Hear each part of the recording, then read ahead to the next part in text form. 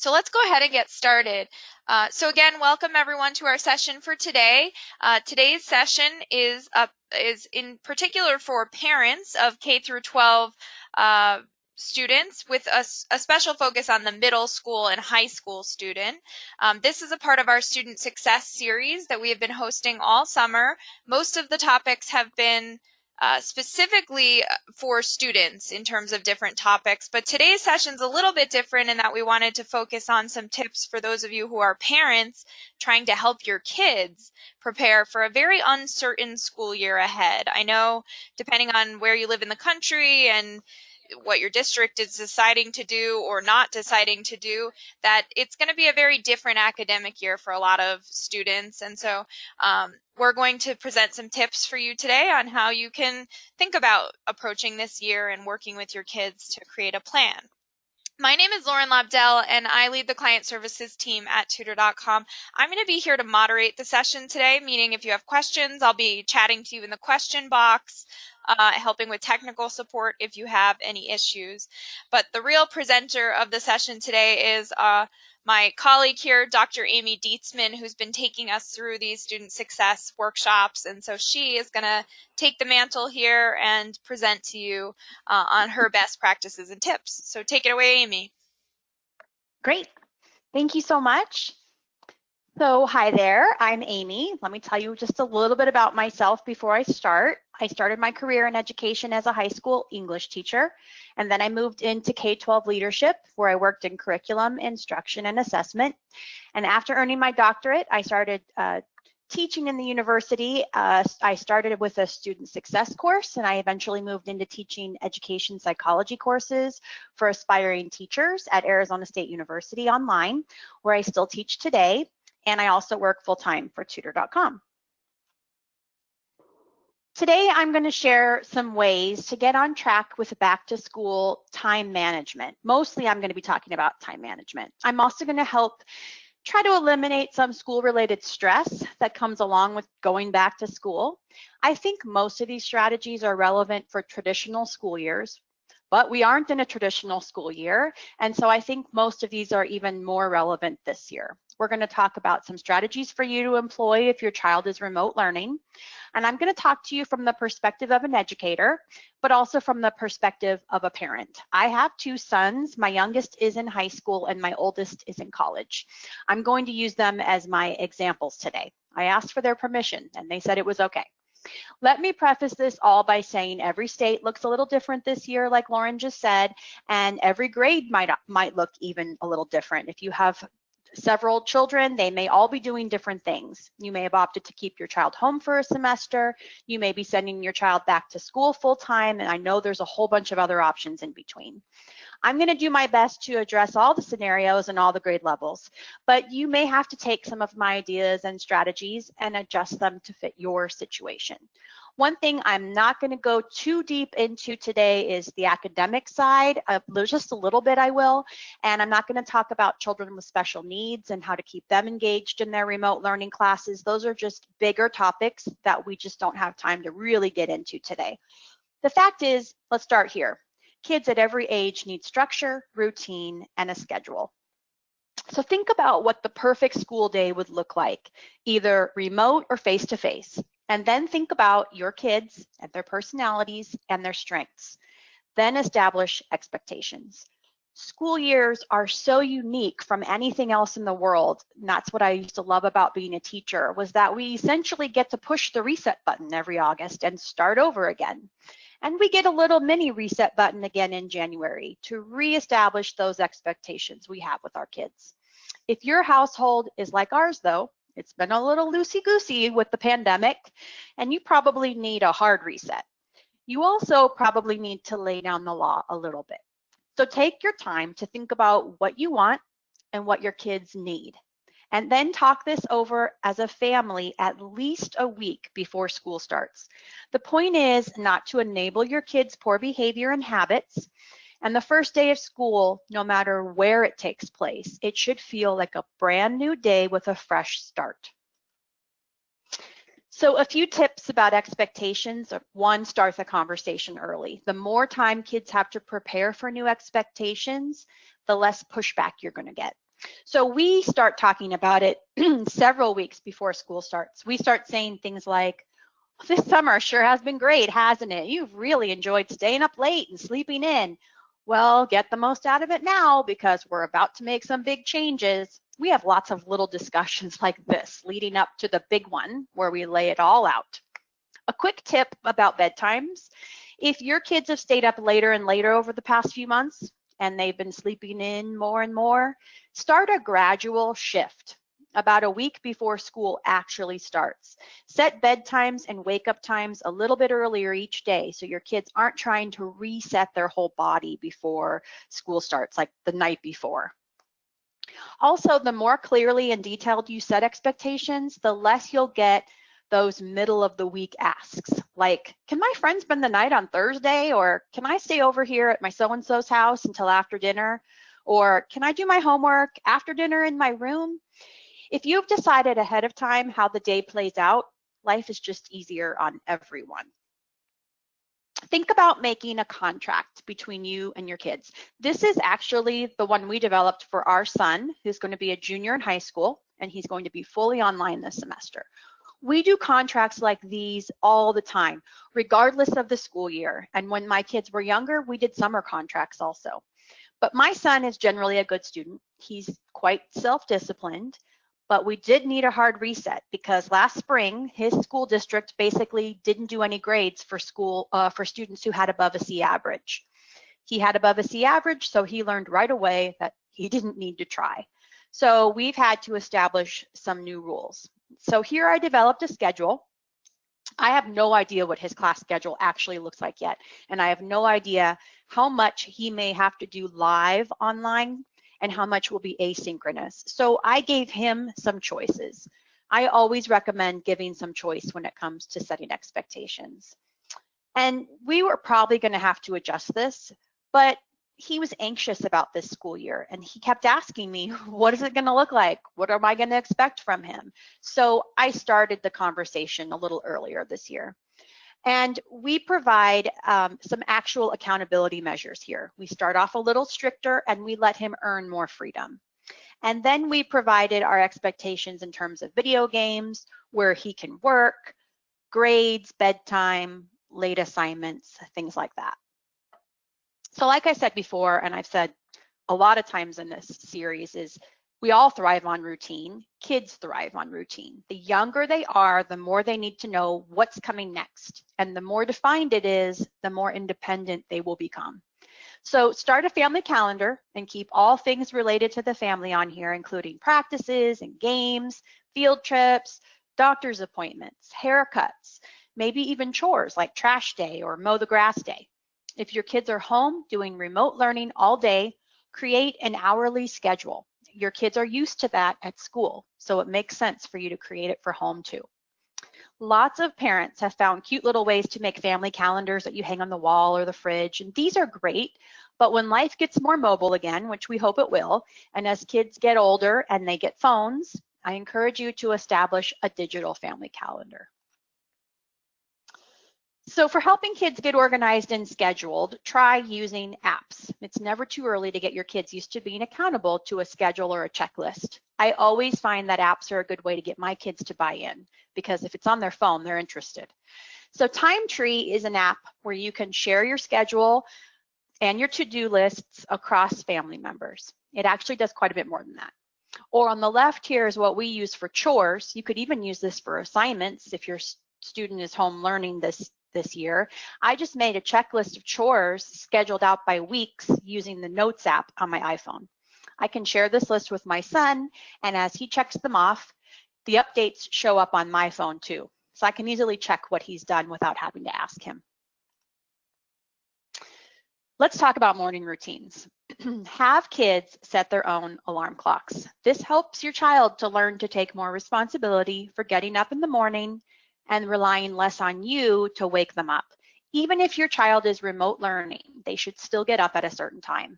It doesn't have to be 6 a.m., but it's good to get in the habit and make the day feel as much like a school day as possible.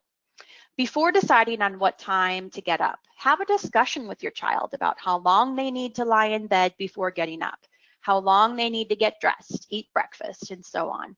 And this exercise teaches kids about time management and how much time they really need to get ready in the morning. So example, my oldest son is a heavy sleeper and a night owl. He has always had trouble getting up in the morning, and he tends to sleep through traditional alarms.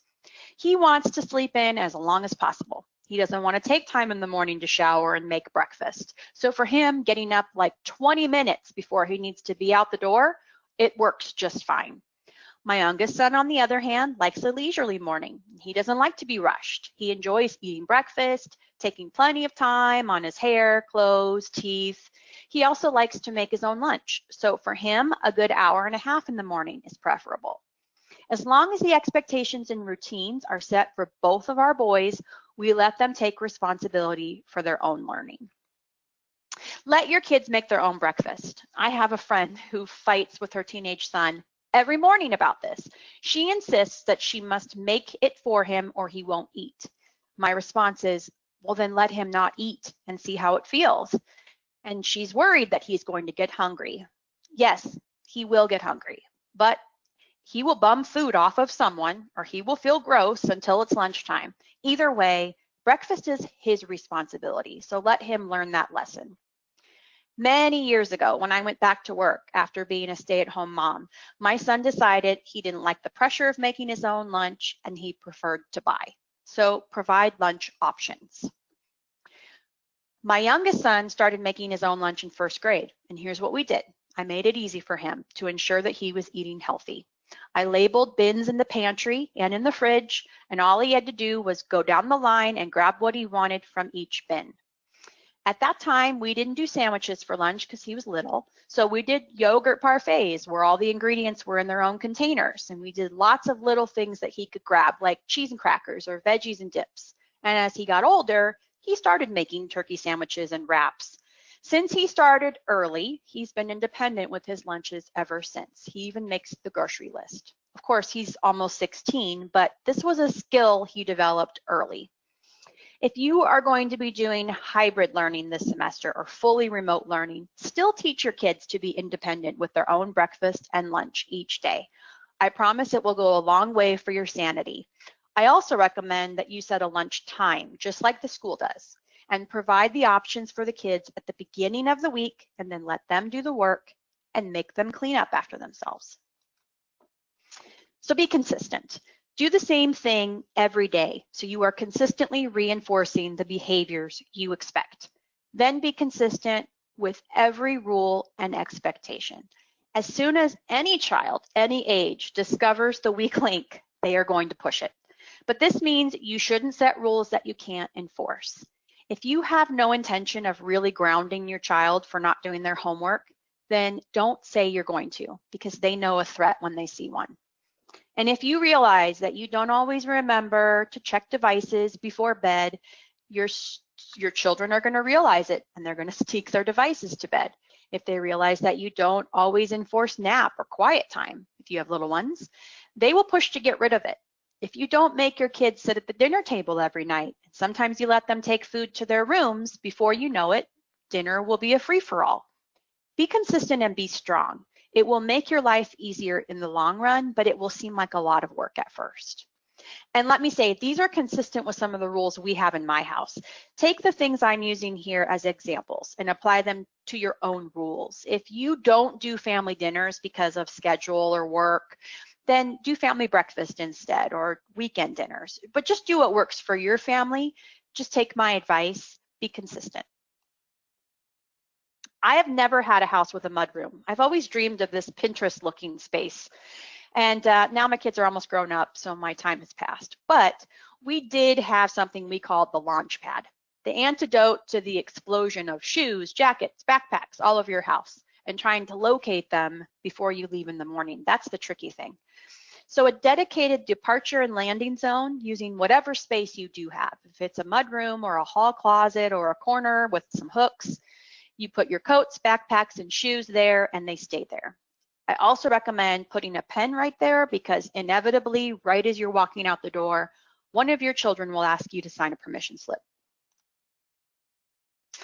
So let natural consequences happen. Like this guy, I just assume he's walking to school and he's late.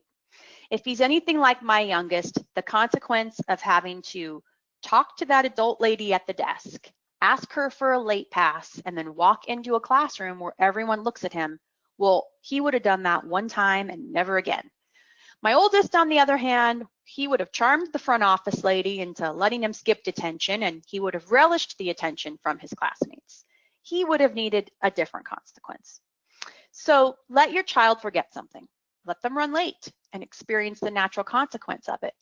For some kids, being hungry or getting a 0 on an assignment because they left it at home will be enough.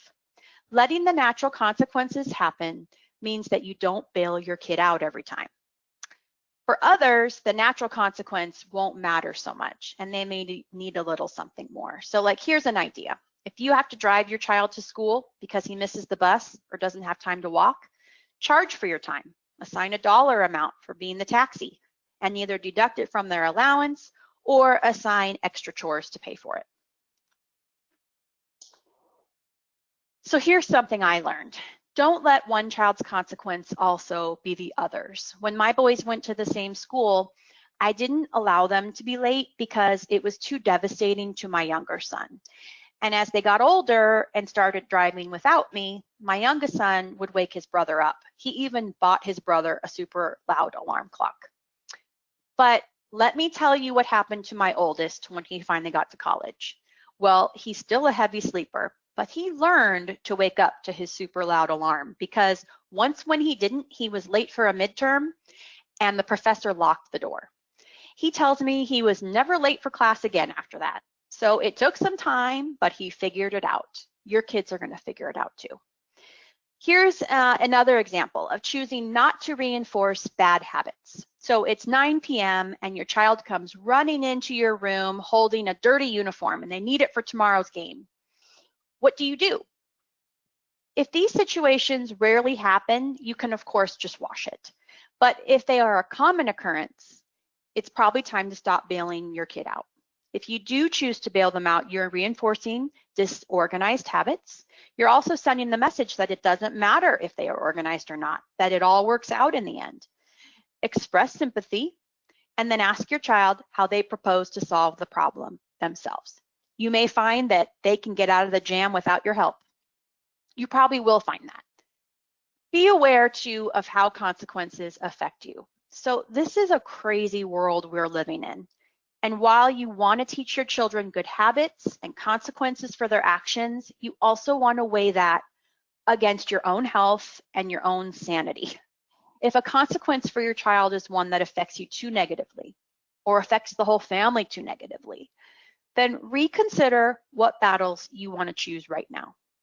Think of the long-term effects on your child. Will your child still be throwing temper tantrums when they are an adult? No, they won't. Will your child eat peanut butter and jelly for the rest of his life? No, he won't. And sometimes you just might have to bail your kid out because it's best for the family right now in this time. Speaking of bail, so here's some kids in jail. I thought this picture was perfect. Determine if you want the school consequences to be enforced on your child or your own. Know the school rules and consequences. Like if kids are late, what happens? How many absences can a student have? What happens in detention? So as a former teacher, I can tell you that I learned I don't want my kids sitting in the school suspension room all day. It was too easy. It's full of kids who learned that detention was often more fun than the classroom. But your school might be different, so ask questions so you know what happens if your child ends up there or if you'd rather take matters into your own hands. So now let's talk about homework. And you can relate this to online learning or remote learning as well. If you set a routine early on, it's much easier to maintain and it's a time saver in the end. So first of all, you need to know your kids. Create a workspace that works best for them when it comes to homework. Maybe it's the kitchen table, maybe it's a couch, maybe it's their room, but have one go-to place in your house that has all the supplies they might need, so time isn't wasted looking for things. This is also a good idea if you want to keep those school germs out of your house. Keep the backpacks in their spot and have your kids get clean supplies out of your stash. Let kids earn homework independence. Remember that you're setting rules and routines that also need to be doable for you. If you have meetings every day at 4, then don't tell your kids that you're going to check their homework when they finish, because the truth is that just might not work for you. Also, homework is assigned so kids can gain confidence and independence and continued practice with whatever they learned in class that day. So give your kids that chance. Don't sit over them and help them with every step. Let them try and then check in and see how it's going. With older kids, you may not need to do anything, but just glance at it to see that it's done. And as kids get more independent, you may not even look at it. You may just ask your child, how did homework go? And maybe they'll tell you, probably not. But my best advice is to start with the routine, monitor the routine, and keep kids on track, and then eventually release those reins a little bit to give them more independence. And be flexible. Homework time didn't work right after school for my kids. We tried it, but they needed time to decompress. They needed a snack. And quite frankly, I needed to decompress too, because I was a teacher a lot of this time. So we had homework time while I cooked dinner. And this was when my kids were little enough to sit at the kitchen table with a book or a notebook. But as they got older, they needed their computers, and computers were in their rooms. So we eventually progressed to independent homework time, but I did have to monitor. I caught them on video games every now and then, but the independence came. Many teenagers seem predisposed to procrastination. While this will no doubt drive some parents crazy, try to resist the urge to micromanage. Don't try to have a rational conversation about procrastination with your child when they are in the middle of a crisis, getting something done at the last minute. Instead, discuss the situation at a later time. Ask what led to the last minute crunch and have your child come up with a better solution. Develop an action plan and help them figure out how they can apply it to their next project or test, so they'll avoid procrastinating again. So remember this, not all children are taught studying strategies. In fact, really most aren't, and it does catch up with them. So this is an area where they may need your help.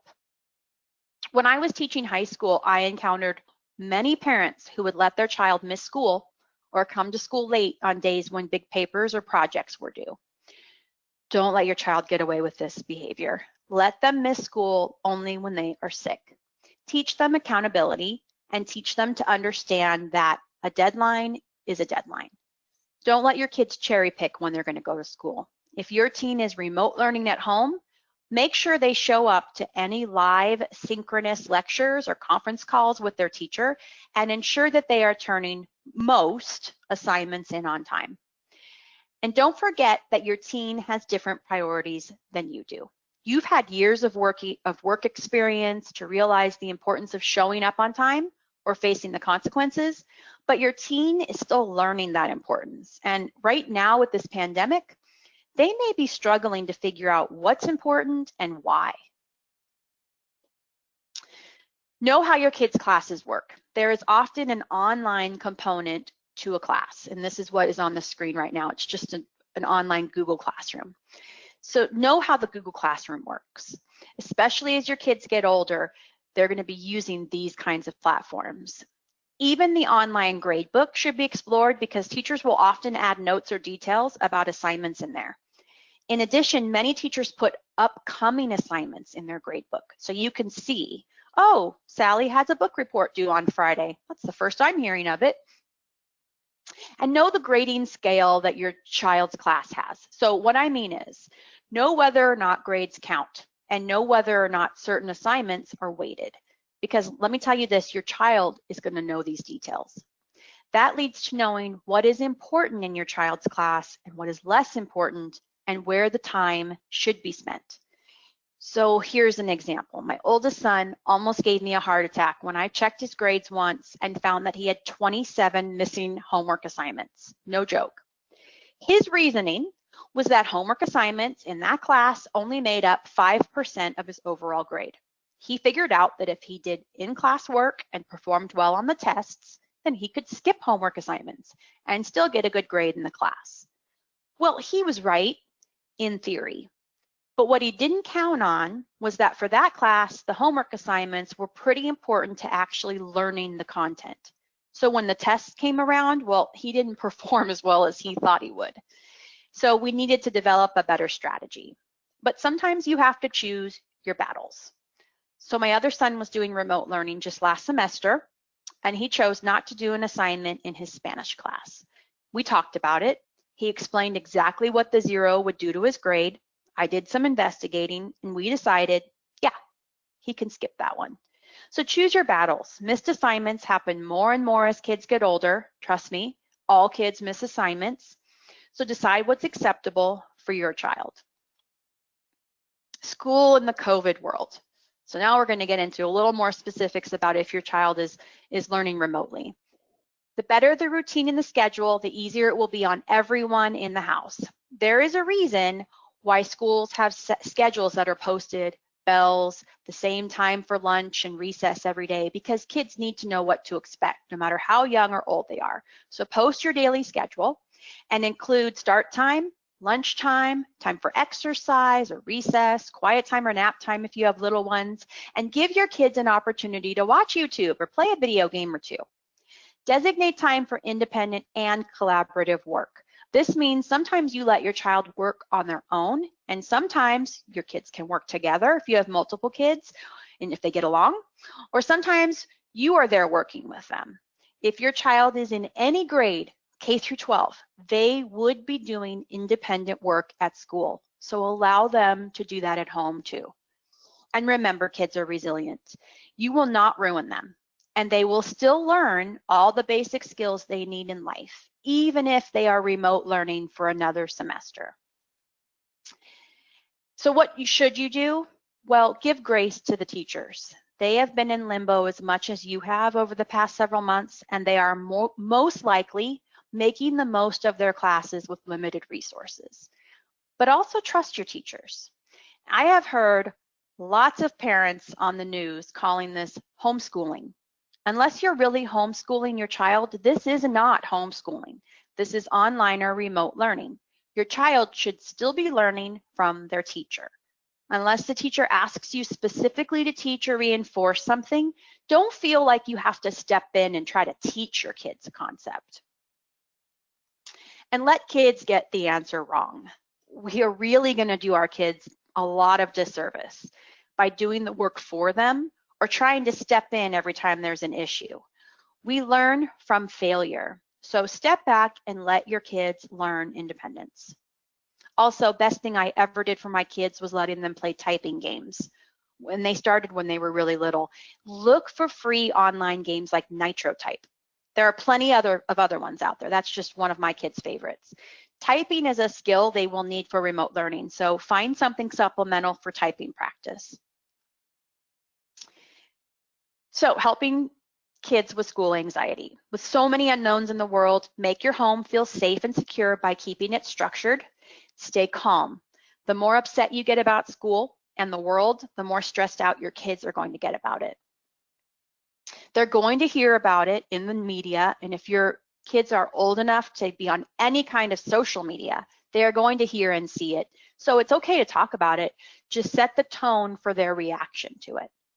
And focus on the right now and what you can control. You can control the schedule and the routine in your house, and you can control how the school day goes. So focus on that and try not to be too worried about test scores and next semester and what your child might be missing out on. If you can't see people in person, have Zoom calls with them, let your kids play video games with their friends online. Create a new normal and model positive thinking. There are a lot of positives about being together as a family, not having to commute, not having the stress of a family calendar that fills up so fast. Whatever positives you can find, share them with your kids. We actually started talking about the positives in our family meetings, and we asked our kids what they liked about quarantine, and we were pretty surprised that they found plenty of things to be thankful for. I see the time, so I'm almost done. Have family meetings, which leads me to what I just talked about when we talked about what we liked about the quarantine, especially in this time, but really every year. I encourage you to do this at the beginning of the school year for sure. Talk about what is or isn't working and ask your kids to problem solve. If one kid is having difficulty getting out the door on time, ask her what she thinks would be a better solution.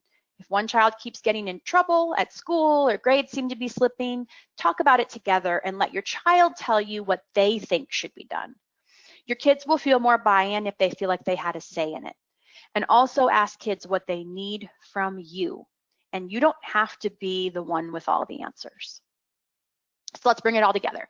No matter what kind of school year you're looking at, create a new normal routine by establishing expectations and setting a schedule that everyone can access. Get the family organized by using apps and creating lists for your kids to follow. Teach independence by letting your kids set their own morning routine, make their own breakfast and lunch. Be consistent. Follow the same rules and routine every day, especially for homework. And designate a launch pad where all the school-related stuff goes to eliminate that mad dash in the morning if you are going out the door to school. And let consequences happen for disorganization and trouble with time management. Know the school rules and decide if those are right for your child.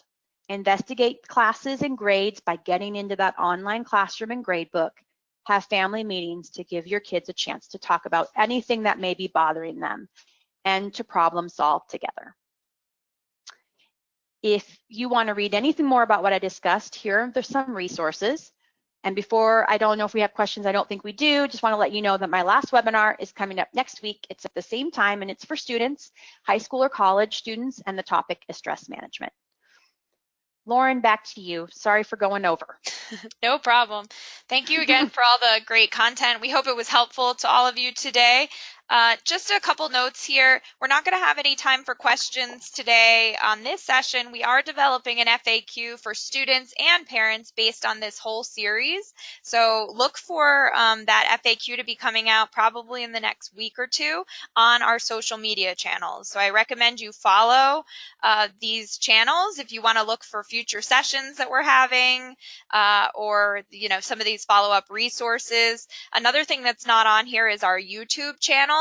We put all of the recordings of these meetings, student ones, parent ones, and everything in between on our YouTube channel. So go check that out too. It is also Tutor.com, as you see spelled out here.